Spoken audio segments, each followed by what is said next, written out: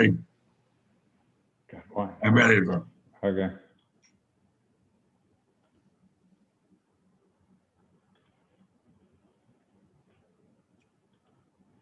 We are live on YouTube, on the YouTube. We should be at least. Hold on.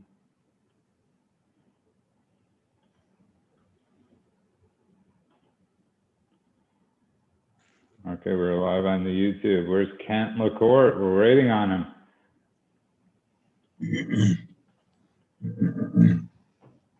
We'll start in 1 minute. Let people settle in. We're going to be a slow night. Here he is. Hold on. No, starting. Okay. There's another person. There's me, and then there's another person in there.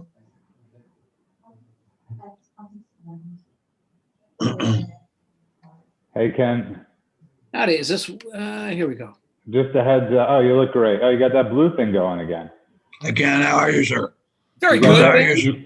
How are You you, got sir? that, you I'm got that great. blue, How are you? you got Nice that to blue meet you. thing, Ken, riding through your Oh. screen. Yeah, can you turn on this light, please? If you can.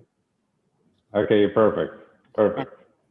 I think it's attached to the cord. Okay, you guys ready to start? I'm ready. That's much better. Ken, Who's you our ready? fourth?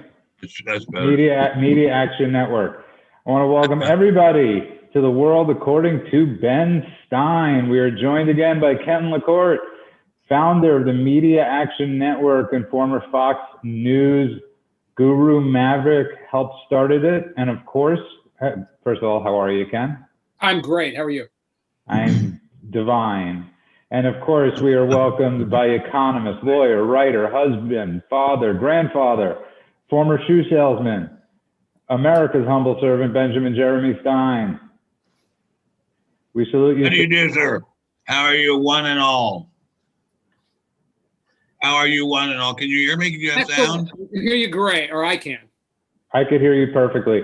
And tonight we are discussing race in America by only the way Ben Stein can talk about it. But my first question I wanted to bring up is, being a Jew, I lost half my Jewishness with this haircut. I feel like I Jennifer Grayed my hair. What happened? Wait. What happened? I went to Supercuts and I said, can you take That's a little very bit? funny, Ken. That's very funny. I said, can you take a little bit off, like Jennifer Grey, I guess. And I wonder if I would have said, can you take a lot off? And here we are. It looks great. Thank you very much. Looks And great. I wanted to bring up, it's obviously it's Black History Month. We're being inundated with all over TV. The ratings are down. I'm curious, if I was a betting person, what the over under is on the Super Bowl of how many times they bring up race during the game, how many times they bring up Black Lives Matter. But it piqued my interest of thinking to myself, as a Jew, there is no Jewish History Month, right? There's not even a week or a day. You'd think with all the Jews did in the last, every month is Jewish History Month. Every time somebody gets the polio vaccine. But Ken, you're Sicilian. There's no landscaping day. There's no there's no great things that Sicilians have brought to this country, like pizza. And so there we are, Ben Stein, and I leave that to you, of race, and it's just insane. Well, I wouldn't say it's insane. What it is Black people, I believe, are generally believed by us white people to suffer from low self-esteem. I don't know that that's true. It is said to be true. I don't know that it is true. For all I know, they have very high self-esteem. I just don't know. But the theory is they have low self-esteem, and therefore we will say that they have done all kinds of great things, and many of them have. And therefore, we will make their self-esteem go up and make them more happy as human beings, make them more productive as people in the economic sector, make them better soldiers, make them better basketball players, make them better teachers or lawyers or physicians. The idea is, I think, to raise their self-esteem. My own feeling is, if I were an African American, turned on TV, so that all the great athletes in America, not all, but very, very large percent of all the athletes in America are African American, I would not need any further reinforcement that Black people have high self-esteem. If I were to turn on any TV series and see that, at least for now, the great majority of the stars are African American, I think that's plenty of self-reinforcement, or plenty of reinforcement of self-esteem.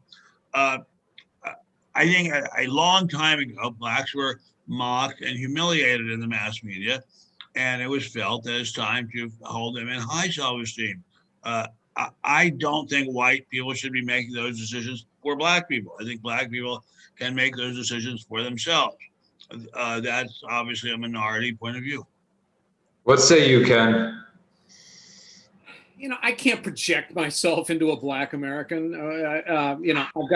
I've got a small number of Black friends who are all in my socioeconomic status. So they're more like me than they are like, I think, a lot of Blacks. I think that that a lot of us look at the Black community and say and Ben, you wrote about this, and your piece was excellent in The Spectator.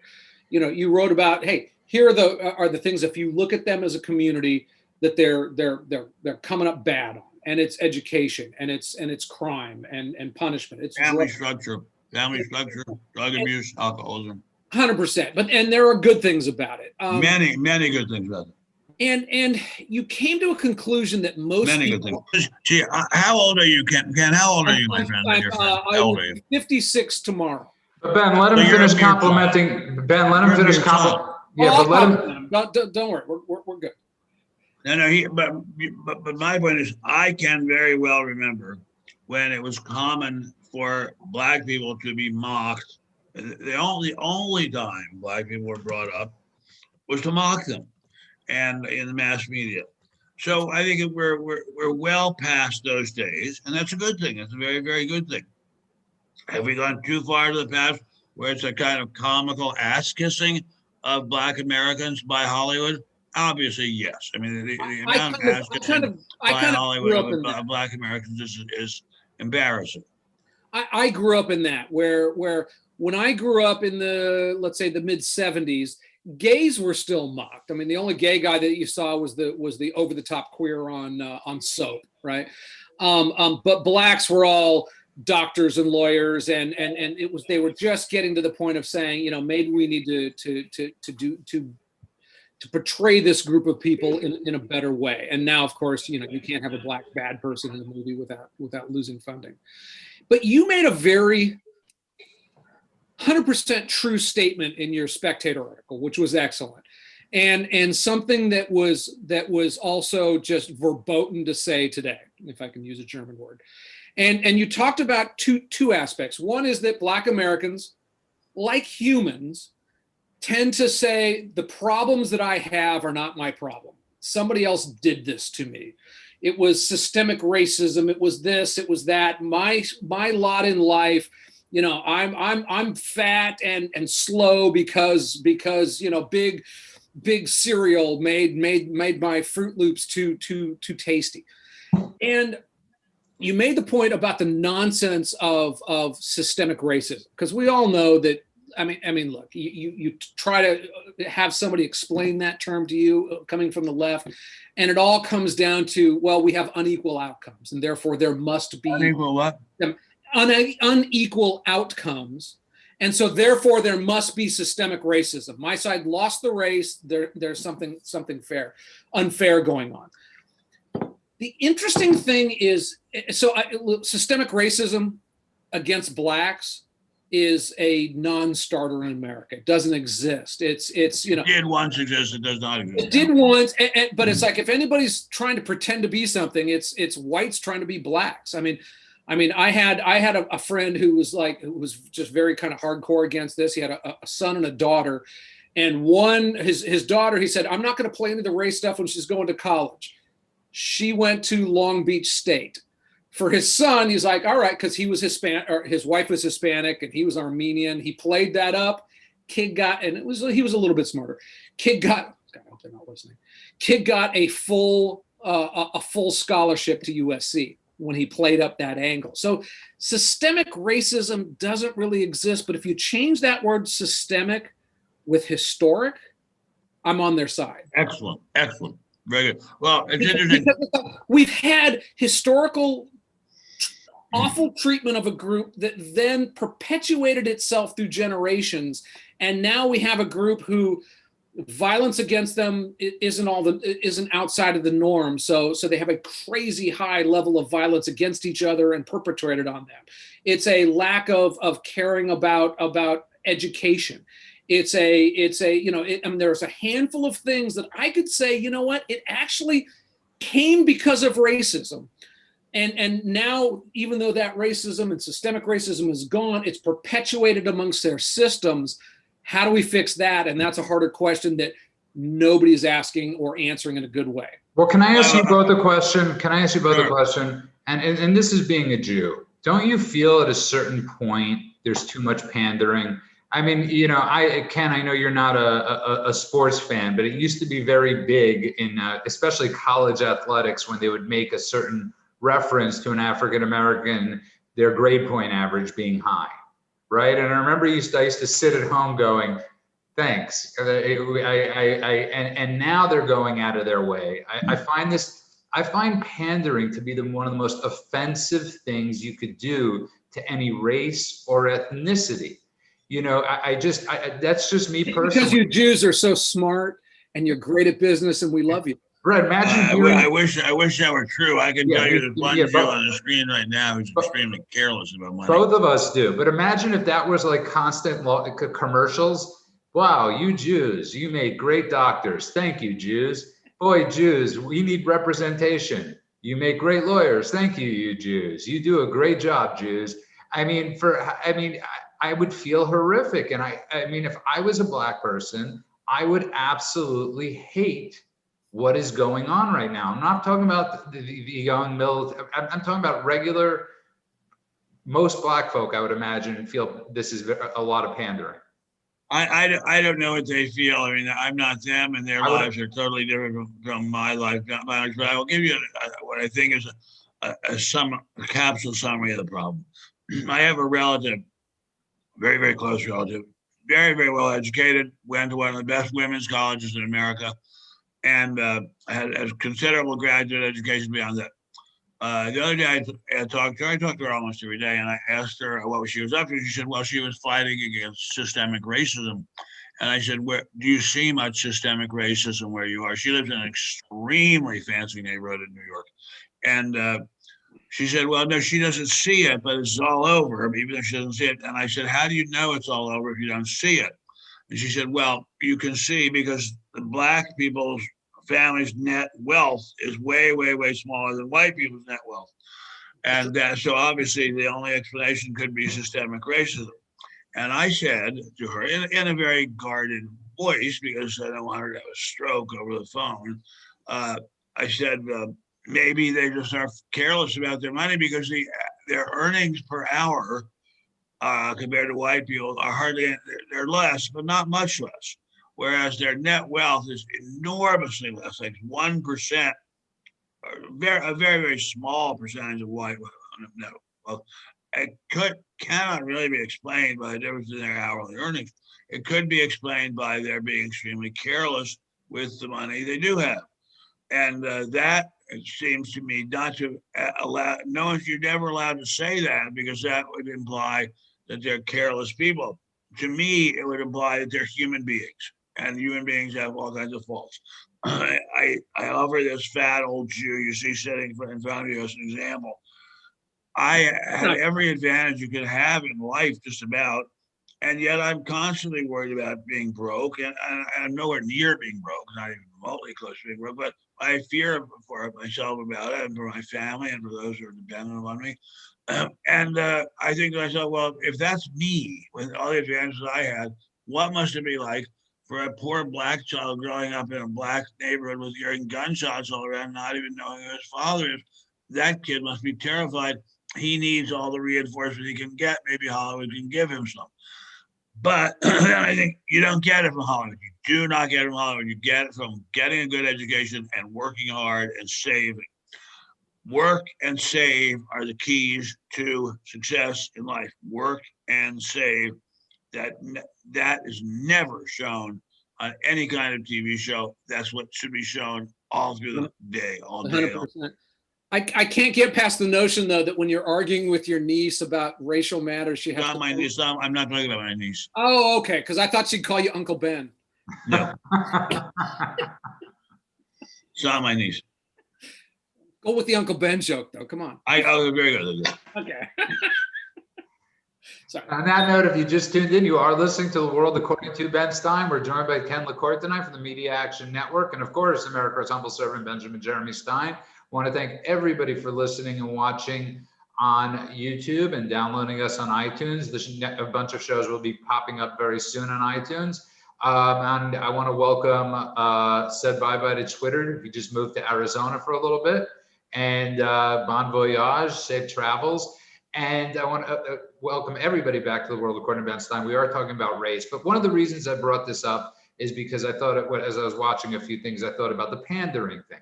Now here's the thing. A couple of years ago during the Super Bowl, they got this idea. There's a great, I brought him up last week, Tim Conway Jr. every year on July 4th does Ragged Old Flag, and he does it. Oh yeah, it does very well. The guy, the head of Fox, called him up, of Fox Sports, and said, hey, Tim, do you mind if I use Ragged Old Flag as the promo, as the preview for the Super Bowl? And he was like, oh my God, I didn't even know you listened to the show. I listened to the show. And he said, of course. And they did this very unifying commercial. People could look it up online, and about the country with the backdrop of Ragged Old Flag. I look at the commercials now and I don't see unification. And I see that as being a major thing. If you look at every show, my mother watches regular TV. Every show, the cop is bad. Every show, the rich. I wrote a book about this, Judah, before you were born. I wrote article after article about this for the Wall Street Journal, and then I wrote a book about it called The View from Sunset Boulevard. And I wrote about it while I was a writer, a very low-level writer in Norman Lear's shop. He was and is a genius maker of sitcoms. And the ordinary citizens, if any of them read books, bought it. Believe me, the writers at Norman Lear's factory for making money and laughs, they thought I was a fascist. They thought I might as well have been from the SS. I pointed this out. But my point being, Ken, is that they keep on talking about unification, but all this does is it creates a separation of people that are turning things off, that are looking at this stuff going, I just stop saying this to me. This isn't me. And I get it. We're not black, and we can't speak for black people. But I, as a white person, look at this stuff, Ken, and I say, this is just a turnoff to me at a certain point. This pandering to on all these shows and networks. Yeah, I mean, look, blacks and gays have become the Ewoks of our culture, right? What is an Ewok? The Ewok, the little cute figures from Star Wars that everybody loved, and when they do something on your Facebook feed, everybody loves it. Anyhow, let me my Jennifer Grey reference at least. So go on. Let me revisit around to what Ben said because it's vital. You talked about the concept of basically teaching microeconomics or home economics to people. And it's a shame that, you talked about working hard and saving and all of those things. And my father passed away 2 weeks ago today.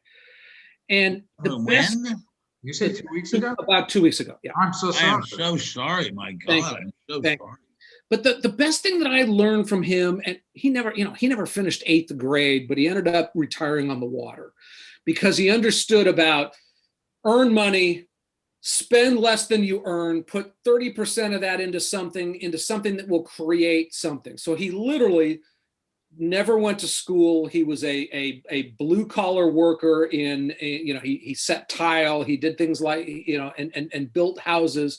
And he ended up, when he passed away, owning multiple pieces of income property and a house where his boat was parked in his backyard in Southern California, which is doing okay. Right. And so I've recently kind of taken under my wing in the past year a young man who I met online, and he's in Macedonia. It's like a 20-year-old kid who was like involved in this world. And it was interesting because people who grew up in countries that were run by the Soviet bloc 30 years ago, there is no concept of personal finance, of how to invest, of how to do anything more than you're a Robotron, you show up for your job, you make money, you have a subsidized housing and all of that. And I've been able to give some of my dad's lessons to this young man in there. And I tell you, it's a big deal. It's you talked about very big deal. The lessons that are missing in big chunks of America is how do you earn some money, and how do you get ahead financially in life? And not, the concept, I mean, one of the first things he did is like, he was making $50,000 a year in Macedonia, which is like crazy money. And I'm like, don't buy a car till you're making $400,000 a year. Just don't buy a car.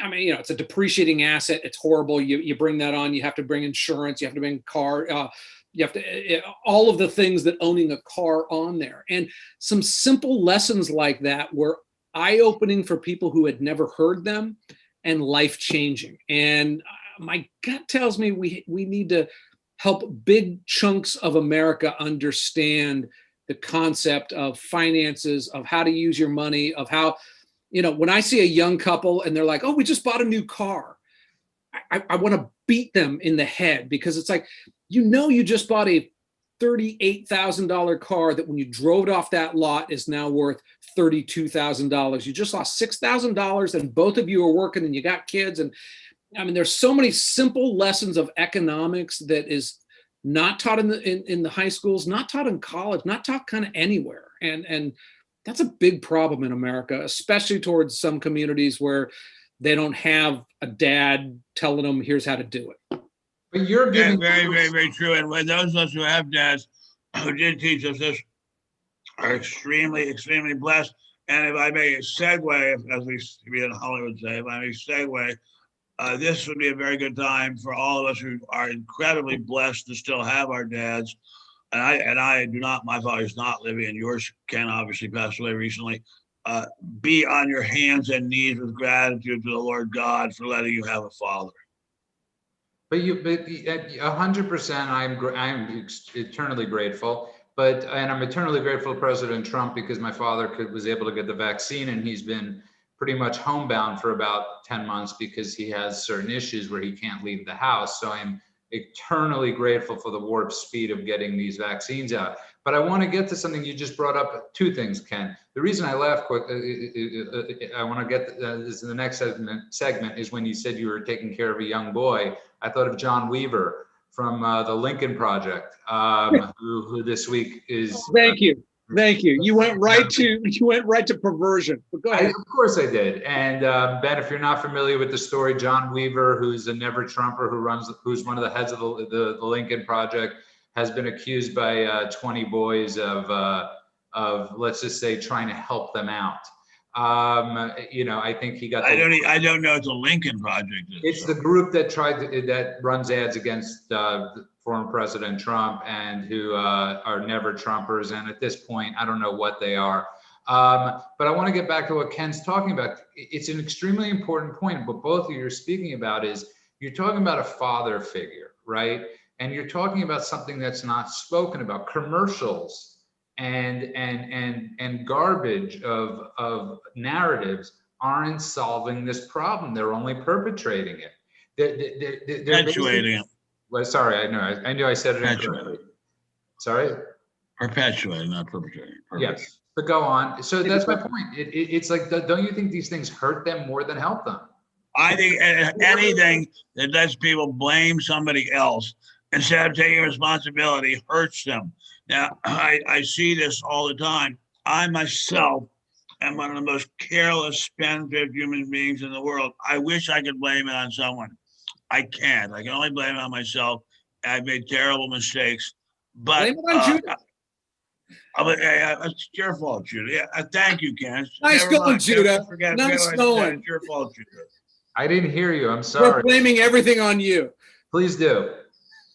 No, seriously, I think if we wanted to have a Black History Month, why not have a Black Dads Month, or even just a Dads Month, in which fathers step up to the plate and have talks with their children about how life works. And if if your dad is somewhere far away, if he's moved or if he's in prison, have somebody nearby to. I used to write a column for the New York Times. They fired me explicitly because I said I believed in God. But before they fired me, I wrote a couple of columns saying that well-to-do white people, of whom I was one at that time, should take under their wings poor, economically poor African-American and Hispanic children and teach them the ins and outs of personal finance and be like surrogate dads. And it got fantastically good response, and I think it's a great idea to pick it up now. I mean, why not have it be Black and White Dads Month? I mean, dads are so important and are so disdained by Hollywood. Let's have some respect and some credit where it's due. But here's my question to both of you. And people are bringing this up in the YouTube chat. What is it with this black and white thing? We're Americans. And that was my point in that commercial for Ragged Old Flag when they did that promo, and it was just a beautiful thing. It showed blacks, whites, Asians. It showed this whole country based on that ragged old flag that Johnny Cash sang about, and all that flag has gone through and still survived. We're not talking about how we've survived this beautiful flag and this beautiful journey and this beautiful creation that is America. And that's what scares me, because that's not the conversation. The conversation is people are being, it's not unification, Ken. No, it's not unification, it's hate. Part of it is that we haven't had a real existential threat in a long time. Great point. And now maybe you could have argued that this virus was an existential threat, but I mean, when's the last time that America had to worry about being America and had to think about us as Americans? It was really 2001 when the towers came down and the Pentagon was attacked, where we were like, wow, there's a real enemy out here. And for a brief period of time, people rallied around the concept of Americans. And look, it's one of the things that you and Ben, and it's something we can't lose sight of, is how good we have it. Yes. I mean, look, we can bitch about, well, this and that. I mean, look, we can always find things to complain about, that my Rolodex isn't as shiny as Ben's Rolodex. But when you look, that there is no country that has fed more people or freed more people than the United States of America. There's no country that, I'm trying to think of another country that builds a wall because people are trying to get into it at too fast of a rate. And that means blacks are trying to get in here, and Hispanics of every country in South America outside of maybe Argentina are trying to bust into this. It's like we've got it so good that sometimes we focus on the problems of that. It's like, it's like you have nailed this so beautifully. If America is such a horrible racist place, why are all these people from all over the world risking their lives to get in here? Why, if we're so terrible, why is everyone in the rest of the world risking his or her life to try to get in here? Why? If Hollywood is such a horrible sexist place of rape and oppression, why are so many young women coming here and begging for parts? I mean, and maybe that's just a human condition. You get too used to something. I mean, maybe Claudia Schiffer's husband is like, God, look at her fingernails. They're just not right. I mean, it's maybe that's just something that we do when we have it too good. Ben, you're living in Beverly Hills. My quasi mother-in-law lives in Beverly Hills, Barbara Rush, up off of Tropical. And man, the biggest complaint that they have there is Justin Bieber, who lives next door, parks his tour bus there. It's like, okay. No, but Ken, you actually bring up a great point and something I wouldn't like that about. if someone did that. No, I don't like it either, but he also has 24/7 security, and that's kind of nice too. I want everybody to look back pre-Trump, before he got elected, what was the most pressing issues in America. And I know, because I live right across from one of them, was the Scientology building. That was in the news forever. You think about all the things that once Trump got elected stopped being of importance, right? You know, the food, I can never remember it. The food that's grown differently, and Monastato, whatever it's pronounced. Oh, Monsanto. Monsanto. GMOs are killing us all. And the Kardashians, and he literally sucked the life out of everything that was like really our luxury problems that we have in the United States. And he brought to the forefront real issues that we had. He lifted the skirt of major issues in the government. And yeah. I don't know what you're talking about, pal, but go ahead, keep talking. And if you just tuned in, you are listening to The World According to Ben Stein. We are joined tonight by Ken LaCour, who doesn't want to hear certain things I have to say. I have not lifted any girl skirt. I have not lifted a skirt in a long time either. Very, very long. Judah. I just realized what I said. Thank you, guys. Head of the Media Action Network, and of course, America's humble servant, Benjamin Jeremy Stein. And that's something what you just said is so, you were joking around, but we've lost the ability to have funny conversations. We've lost, everything is so damn serious. And the one job of entertainment is to be entertaining.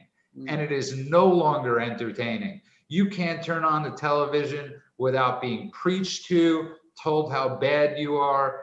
And, you know, and it's funny because one of my favorite shows, and Ben knows this because I say this all the time to him with almost anything he says, is I say, that's what she said.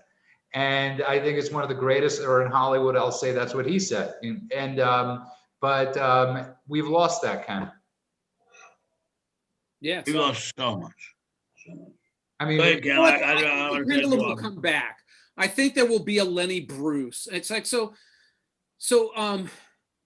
I look at the 50s. So I grew up I was born in the mid 60s. I grew up in the 70s. I view the 50s as like this black and white era where people weren't allowed to say swear words, where women had to have skirts down to their ankles and all of that. And you saw a few standout people who broke the mold ahead of that. And Lenny Bruce is I'll say an example of that. And then of course you had a lot of musicians follow up on that. So I suspect that we will see some entertainers basically, and we do see some of them out there who are pretty brave and who are pretty just like, I'm not buying this and I'm charging forward on the opposite. Bill Burr is a terrific comedian who just doesn't buy this nonsense. And he's just like, you know what, you're not firing me with the PC-ness. And I think as we see guys like that and gals like that kind of take their, to cut their jib the other way and get richer based on it, that will be the beginning of us pulling back as a society into kind of like, all right, let's not take everything so seriously. Ken, like you said with your company, it's a 5 to 10 year war because those people have the threat of being canceled every day, Ben. It is. Well, everything, it's an ongoing war. It's never going to stop because it's not really about policy. It's about personality. I mean, there's some fundamentally deranged people running a large part of Hollywood. There's some fundamentally deranged people running a large part of Madison Avenue. I mean, they're off. Karl Marx, I believe it was, no less than Karl Marx, said there at any given time, a very large amount of all the work that's being done in the world is done by people who are not mentally well, and of course, he was one of them. So yeah, that's absolutely true. There are a lot of people in Hollywood who are just very, very angry people, and as Bob Dylan so aptly said, a lot of people have knives, forks, and have nothing on their plate, and got to cut something. So that's it. But let's get back to Black people and Black History Month. There are incredible achievements of Black people. I think just to have survived the Jim Crow era in America, it was a great achievement for the parents and grandparents of today's young people. Today's world is entirely different, and it's shocking that we are still being beaten over the head with things that happened dozens, maybe hundreds of years ago. That does nobody any good at all. I mean, yes, absolutely. Homage to people who deserve it. Homage to the people who survived slavery. Homage to people who survived Reconstruction. Homage to people who survived the Ku Klux Klan. But then let's get on and get down to work. I see people who because I'm such an imbecile about money, we employ a great many people in the Stein household. So many of them are people who came as refugees to this country and just through hard work have built beautiful middle class or upper middle class lives. Why don't we give credit to them? Why is there Hispanic History Month? I was going to bring that up. That is an exceptional point. You know, if you're Latino, if you're Filipino, and you're in this country right now working your ass off, working 15 hours a day, 16 hours a day, I would imagine you look at what's going on sometimes and you say, I am working my ass off for maybe my kid, like Ken, your father, with going to college, maybe my kid could go to high school, some of these people are saying to themselves probably. And I got to be honest, Ken, I don't know if you've ever been to, you're not a sports fan, but one of the things that I truly like was one of the greatest moments. I used to go to Dodger games a lot before a friend of mine stopped inviting me because of Trump. And and it's true story. And I caught two balls at the game, but he stopped inviting me, and the national anthem was going on. And I looked at all the Mexicans singing the national anthem, holding their hands to their heart more proudly than almost all the Americans at the game. And it touched. They are Americans. It touched my heart to see that. And it changed the way I viewed it. Because they were just so happy to be here. They know what the opposite, they know what the other world was. I mean, You're born here and it's America. Look, I'll never forget when I went to Fox News, one of my first stories was about this. There's a river that flows south to north from Mexico into the United States. Now, because it's Mexico, it's basically a river of shit. It's feces. It's disgusting. It's a horrific river that, of course, the Mexican government pledged to clean up, and they never did. And we sent cameras down there, and you saw families stripping down to their underwear, putting all of their human possessions into hefty bags, and tying that up, and then grabbing onto something that floated and floating northward into America because it was a river that La Migre didn't look at as closely as other imports into America. And I remember seeing that footage and I'm like, you know what? I was lucky that I was just born here.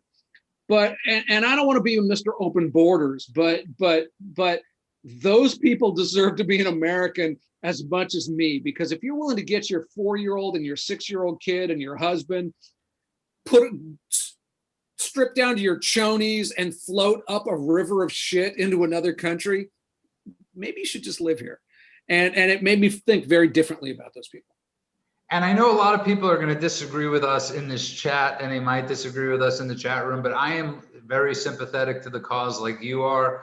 I look at people that come here that work their asses off. That, like you said, like it's like that scene from Shawshank Redemption, right? Like climb through a couple football fields worth of shit to walk away smelling like a clean man. And we have so many people in this country, and I don't know, I don't know how that lesson gets imparted on other races, Ben. I just don't know how. I don't either, but it can be done, and it used to be done. It's an amazing fact that up until from the time of Reconstruction until the 20s, the rate of Black single-parent families was lower than the rate of white single-parent families. It's only been since the implementation of welfare and drugs that responsibility has simply been taken away within large parts of the African-American community. So they can get it back. Lyndon Johnson years changed that greatly. Sorry, I beg your pardon, sir? The Lyndon Johnson years of the Great Society changed. Yeah, that was a turning point in the system in which people were told, you have no responsibility, go ahead, knock up your woman, the society will pay for it, and you have no responsibility to go out and knock up another one. That was a catastrophic mistake on the part of Lyndon Johnson, part of the Democrats generally. It's a really, really bad, really bad situation, but it can be saved. And I go back to what I often say on this wonderful program, which is, I think it's got to be about God. It's got to be about turning your life and your will over to God and believing there is a higher power that is going to be looking at you and seeing how you behave towards the people close to you. If you behave well towards those people, you're going to be judged and you're going to have great rewards in this life and in the next one. If that can't be taught, then we really are in trouble. If we're taught that there are no consequences for how we behave in this life, then we're in real trouble. You brought up fathers. We know the father rate in the Black community, and we all have, we could all share that we have amazing.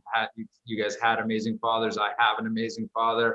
From what you shared, Ken, it reminds me of when I was in Temple when I was about 5 years old, and a guy went to shake my hand, and I took it sitting down, and his handshake, and my father smacked me back in the back of the head and said, when a man shakes your hand or anybody shakes your hand, you stand up and you shake their hand.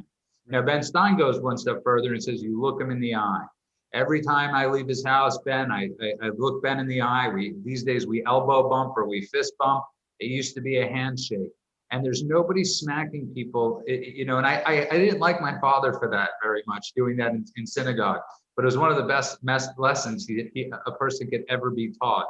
It taught me so much, and it's politically incorrect to say that sometimes a kid needs to be smacked against the back of the head. It doesn't matter what race you are. There are a lot of kids in America that are missing a good smack, Ken, in the back of their head. A lot of grown-ups too. I mean, I look at the people on CNN and MSNBC. They are so contemptuous and disrespectful to this country, which gives them life and breath and gives them incredibly prosperous lives. They're so contemptuous of the system that has given them lives that their grandparents could not even dream of. What's going on here? It's not just the children who are disrespectful. The adults are disrespectful too. Look at the people I see in Hollywood. They hate America. Not all of them. Some of them are great people, but some are really great people. But they hate America. What are young people to think if the leading lights of the culture are shitting all over America? What are they supposed to think is the way they should act? Sounds like you'd smack down Don Lemon. That'd be a headline. Hey, Judah, before I let you go, for one quick second, the people on YouTube, do we respond back to them as they're typing in stuff? Yes, I do. I tried to just open it up, then it started speaking, and I got in on this. Yes, I do. Is there a way to bring in some of that audience into here? When you see me going like this, that it's me either vaping or looking at the YouTube. Got it. All right. Vaping. And they seem to always have a great conversation going back and forth with each other, which makes it fun. That could be totally sidebar. I tried to dip in there, but but they like that you brought up they liked whoever brought up the LBJ. So I like to stay with the Black History Month thing. Why not, instead of Black History Month, Black Contemporary Life Month? Black Contemporary Life, saying this is the month in which everyone, Black, white, Hispanic, Asian, everything, this is the month in which we pay homage to our fathers and we thank them, and we get to be friends with them. You're seeing me in my office of our house in a place called Rancho Mirage, California, which is a suburb of Palm Springs, and these are all the pictures of my father with various presidents. Those medals over your right shoulder. I was looking at those. These are medals of my father-in-law, Colonel Dale Denman, U.S. Army retired, Silver Star, Bronze Star, Distinguished Service Medal, and many, many medals from the Republic of Vietnam.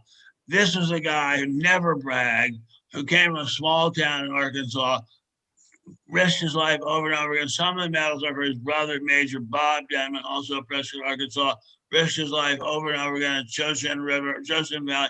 He fought against the Chinese communists so close, you could smell what they'd had for breakfast on their breath, hand to hand with Chinese communist fanatics. That's a father. That's a father. If we are not on our knees with gratitude to men like them, the Denmans, we are fools.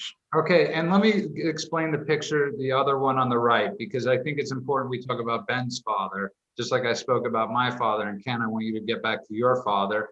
That picture is with the other way, Ben, is with Ben's father in the White House, because his father was chairman of the Economic Council of the. That was the president of economic policy advisory board. That's Reagan and Milton Friedman. Ben, we can't hear you. A bunch of other very high-ranking and my point is, what happened, people. I just want to tell you a really cool story, Ken, because Ben doesn't talk about this enough. When Ben's father was serving, we were going through the Depression, and Pabst Beer, when he told me this story, I get the chills, and to this day I still get the chills. Pabst Beer had a competition of after the war, Ben, if I'm not mistaken. Yeah, how to make sure we recover. When the war ended, we did not go back into a Great Depression.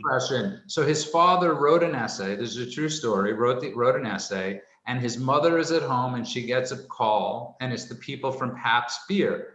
And they say, and his mother says to the people from Pabst Beer, $25,000 winner. His mother huge says, amount of money in those days. And his mother says to the people from Pabst Beer, "Did he win?" And the man said, "I'm not calling for my health."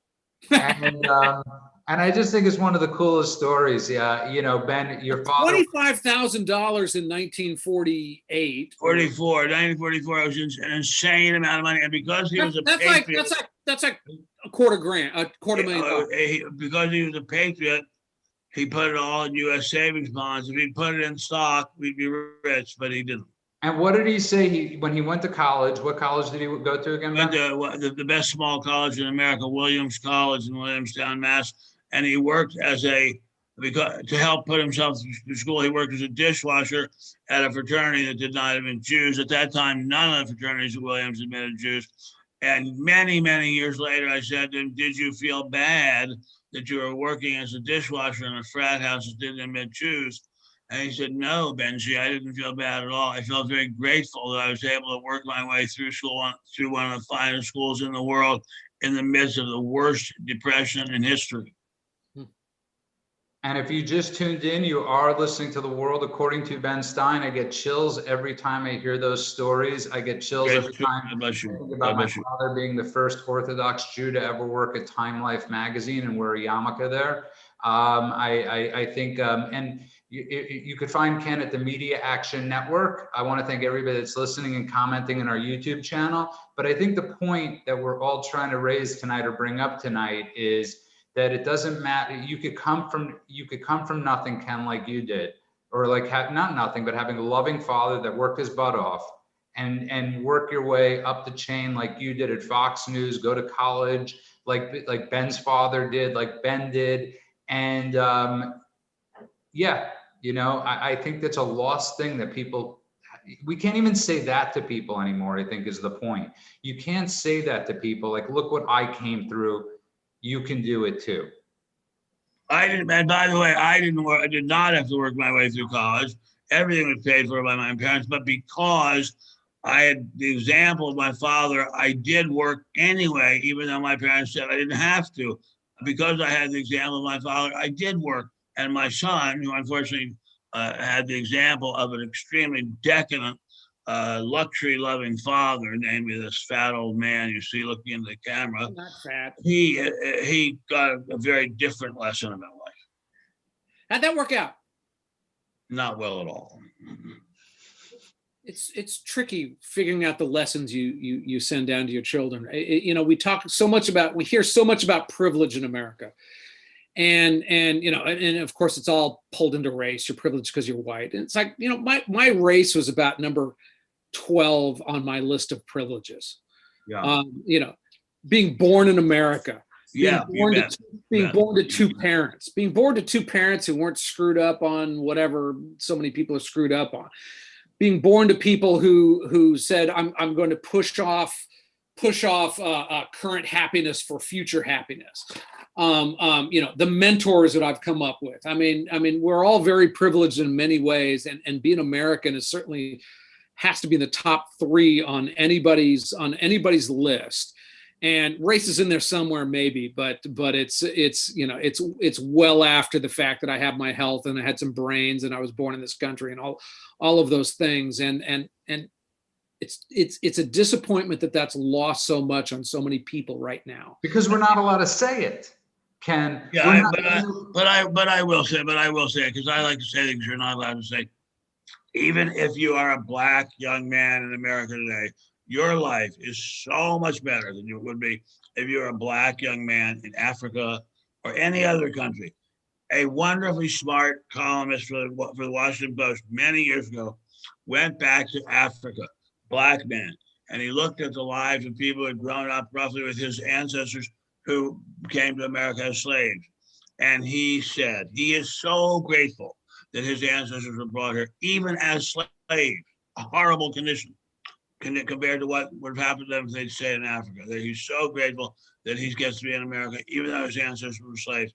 We have got to be on our knees with gratitude for being in America, whatever race we are. America is so unbelievably great. It is just so unbelievably fabulously great. And systemic racism was a terrible thing. It's interesting. I demonstrated against it. I got put in jail for demonstrating and blocking a highway over in my native state of Maryland. The relative of mine to whom I was referring earlier in the show, she never did any of that kind of demonstrating. She was busy shopping at Bergdorf Goodman, but I didn't. But feeling bad about it doesn't give me any right to have a medal. We're just so lucky to be in America. It's unbelievable. It's disappointing that that's lost so much right now. No, but it's also what the most disappointing thing to me is. When I was a kid growing up, and I know people will joke about this or laugh about this, I loved the Beastie Boys. I looked up to the Beastie Boys, right? Because they came from Brooklyn or Manhattan, they were Jewish, and they went against the grain. And I looked at these people and I said, I was too young to know that, I was from a certain ghetto area of Brooklyn, a beautiful ghetto, but still a ghettoized area of Brooklyn. And I saw the Beastie Boys. And I look at the community and I say, it all starts from the top of giving back down, right? The messages that are being given down. My biggest issue, one of my many biggest issues with Obama was, I wish he would have said, if I could do this, you could do this. He made a point of not doing that. He made a point of not doing that. And any time I feel like the people do that, they're beaten down. They're called certain names, whether it's Larry Elder or Leo Tyrell, or the former Ray Innes. I mean, I grew up in New York City when Ray Innes was a cult hero. I looked up to Ray Innes and his son. I think his name was Roy. Roy Innes, sorry. And I looked up to guys like that, but they weren't looked upon very, very friendly by the media or by many in the black community. Well, that was a terrible mistake. I mean, we should look up to those who actually work and who take risks and who are examples not of gimme, but of go to work, work and save. I've said this on this show before. When World War I was over, Harding was president briefly, then Coolidge became president, and he was asked, "What's your advice for people now that the Great War is over?" He said, "Work and save." Still incredibly good advice. One of the things that I think we need to fight against is that people can rise in political power by saying it's not your fault, it's that guy's fault. Yeah. And that's a terrible situation. And everybody, it's a human condition. It's not a black, white, or this or that. But it's like when you look at certain communities and you look at their leaders, they've made a career out of saying, you're living in that smaller house because of those people over there. And it's a popular message, and it's the worst message you could send to young people. And I was years ago, when I was a younger man, was hired to be a ghostwriter of an autobiography of a very, very smart guy named Jesse Jackson. And I had the pleasure of hearing him speak to a number of groups of African-American high school and college students. And he used to say to them, you go complain about racism all you want, and I'll be right there with you holding my placard and my sign. You go and complain about black racism towards the customers, I'll be there leading the boycott. But if you learn how to plumb a house or put in a roof or put in electricity, you will lead a middle-class life and you can send your children to college. Which do you want to do? It's the secret of economic success. Do something that people are willing to pay you money for. Sadly, a lot of these people in these certain movements have learned that lesson and that message that the best way to make money, like the heads of BLM, is by scaring the crap out of 99% of America. Ken, you work for a big company. That Roger Ailes was a genius, was a visionary, but he was also about one thing, the bottom line. Okay, I would imagine if your numbers were down, you were no longer on the air. And that doesn't seem to be the case anymore in television. The ratings are terrible. Hollywood's losing money. They're giving us these messages that nobody wants to hear. Now you're saying eventually the tide will change. I don't know how a tide changes when you don't care that your company isn't making money. That is a frightening thing. We still, for the most part, we still live in a capitalistic society. That at a certain point, you can't keep, you can't keep losing money and pull your way out of it. I mean, people used to ask about Rupert Murdoch, and Roger would say, yeah, he's a conservative, but before he's a conservative, he's a capitalist. Because and people would say, well, what's your relationship with Rupert? And he'd say, as I'm making millions and billions, as it turned out to be, money for him, it was very good. So I think that those things, outside of government supported entities or other things where capitalism doesn't apply, the good news is if the sports ball guys at the football thing keep playing their silly games, eventually they'll be overtaken by some other silly sport.